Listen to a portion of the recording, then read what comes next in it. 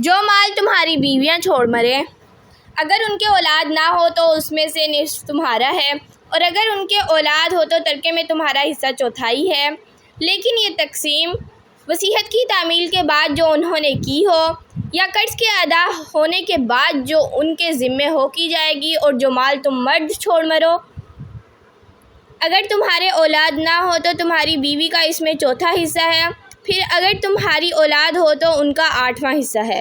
یہ حصے تمہاری وصیت کی تعمیل کے بعد جو تم نے کی ہو اور ادائے قرض کے بعد تقسیم کیے جائیں گے۔ اور اگر ایسے مرد یا عورت کی میراث ہو جس کا نہ باپ ہو نہ بیٹا مگر اس کے بھائی بہن ہوں، تو ان میں سے ہر ایک کا چھٹا حصہ ہے، اور اگر ایک سے زیادہ ہوں تو سب 1/3 میں شریک ہوں گے۔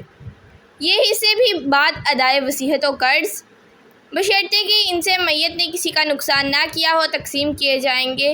یہ اللہ کا فرمان ہے، اور اللہ نہایت علم والا بردبار ہے۔